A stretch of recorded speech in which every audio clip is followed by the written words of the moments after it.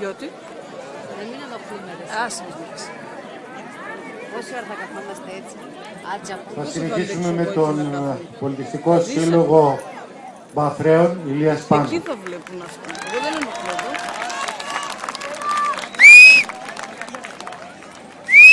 Καλά. Βάλανε το κάτι. Η Αλέκα, η Αλέκα. Γεια σου, Αλέκα.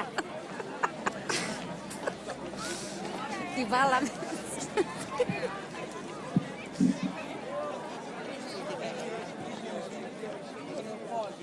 Καλά που κάνετε εσείς από εδώ. Ναι. Αλλά εγώ θέλω να είναι όρθια. Εγώ θα σηκωθώ.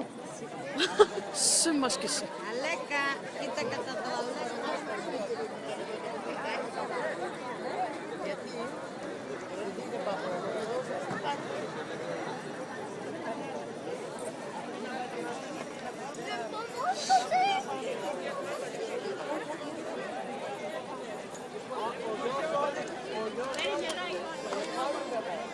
Εσύ μπορείς να τα κάνεις έχω και και σε zoom. CD.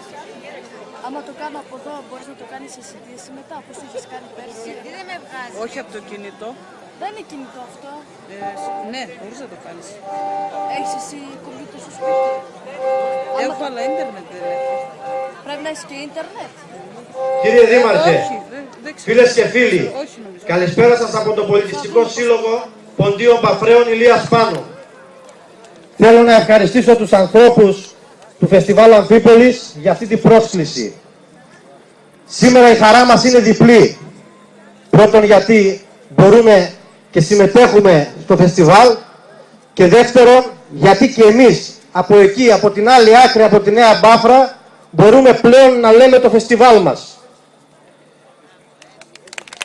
Προσπαθούμε να είμαστε παρόντες σε όλες τις προσκλήσεις.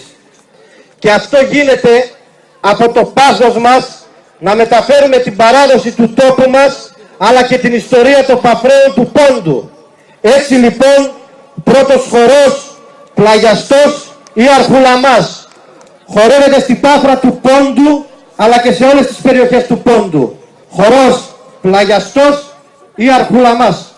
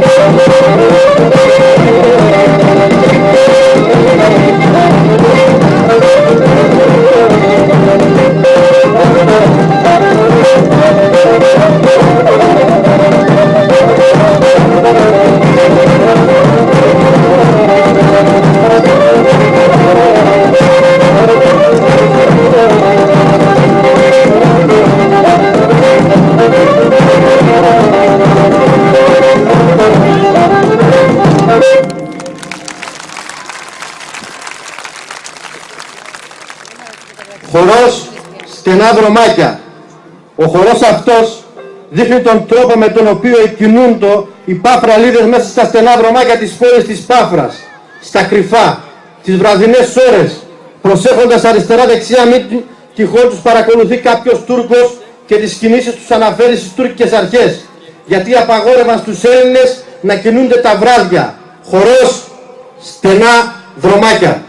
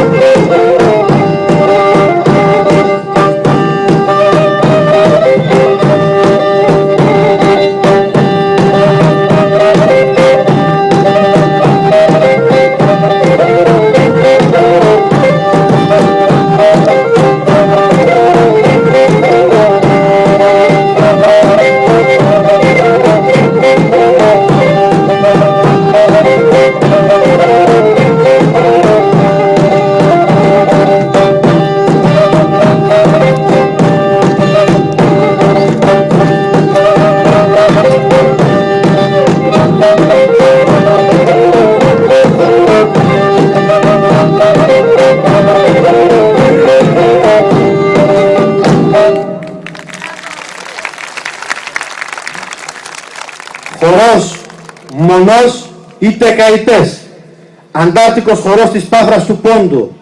Το χόρεψαν οι Παφραλίδες αντάρτες τον Αύγουστο του 1919, όταν επιτέθηκαν στους Τούρκους που ο στρατός τους είχε σαν έδρα την τουρκική κομμόπολη Τσασούρ. Πριν από την επίθεση των χορών των ανταρτών, τον έφερε ο επίσκοπος Πάφρας Ευθύμιος Αγριτέλης, τον οποίο κρέμασαν οι Τούρκοι το 1921 στην αμάσια του Πόντου. Χορός Μονός ή Τεκαητές.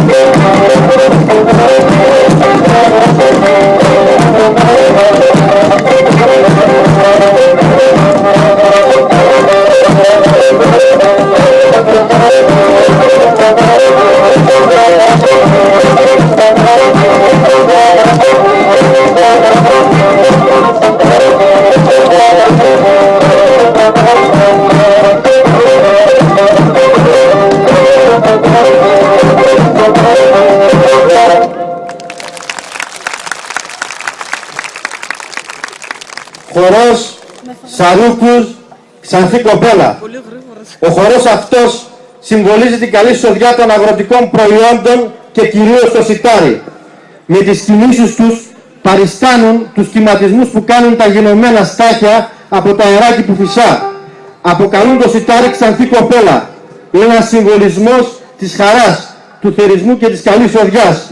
Χορός Σαρούκους Ξανθή Κοπέλα.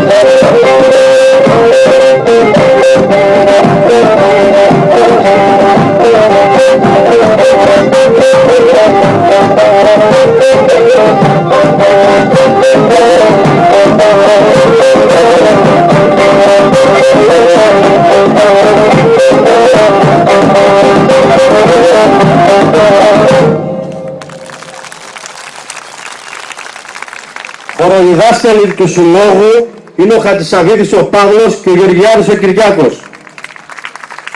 Επόμενος χορός, ο χορός των κοριτσιών η Κισλάρ Καϊντεσί. Το 1680, 1500 περίπου γυναικόπαιδα κλείστηκαν στο μεγάλο κάστρο του ποταμού Άλλη, έξω από την πόλη της Πάφρας, για να αποφύγουν τη σύλληψη και τα βασανιστήρια των Τούρκων. Μείνανε κλεισμένες μέσα στο κάστρο για 48 μέρες, χωρίς νερό και ψωμί, και για να μην παραδοθούν στους Τούρκους ανέβηκαν ψηλά στην κορυφή του κάστρου. Μερικές κοπέλες προσπαθούσαν να πέσουν από την κορυφή του κάστρου και να αυτοκτονήσουν. Αλλά οι άλλες κοπέλες που ήταν μαζί προσπαθούσαν να τις αποτρέψουν από την απόφασή τους αυτή. Άλλες όταν πήγαιναν να πέσουν προσπαθούσαν οι άλλες να τις συγκρατήσουν, και αυτό γινόταν συνεχώς. Άλλες να θέλουν να πέσουν και άλλες να προσπαθούν να τις εμποδίσουν.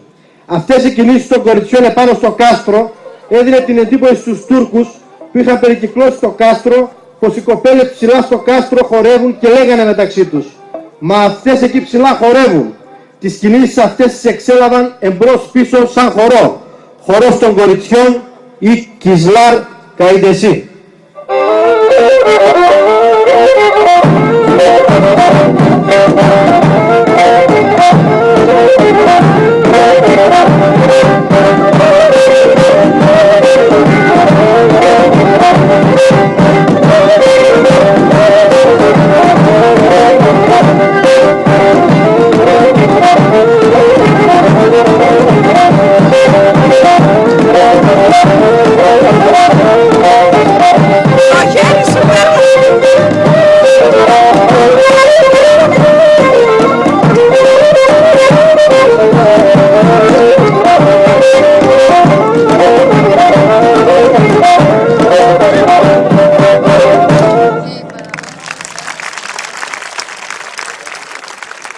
Χορός αυτοθυσίας, αυτοκτονία των κοριτσιών. Το Σούλι έχει το Ζάλογκο. Η Μακεδονία την Αραπίτσα της Νάουσας.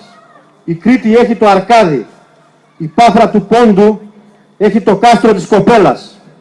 Μετά το χορό που παρακολουθήσατε, να κινούνται οι χορευτές εμπρός πίσω και να νομίζουν οι Τούρκοι κάτω από το κάστρο ότι οι κοπέλες αυτές χορεύουν εκεί ψηλά, λέγανε μεταξύ τους τα τουρκικά «Κισλάρ χορών ογνίων». Μεταφραζόμενο σημαίνει χορός των κοριτσιών. Οι κινήσεις αυτές ήταν η αρχή της αυτοθυσίας, αυτοκτονία των κοριτσιών της Πάφρας, οι οποίες το 1680, για να μην παραδοθούν στους Τούρκους, πέσανε ψηλά από την κορυφή του κάστρου και αυτοκτόνησαν.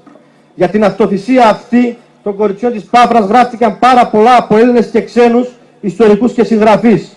Ο χορός λοιπόν, η αυτοθυσία των κοριτσιών της Πάφρας.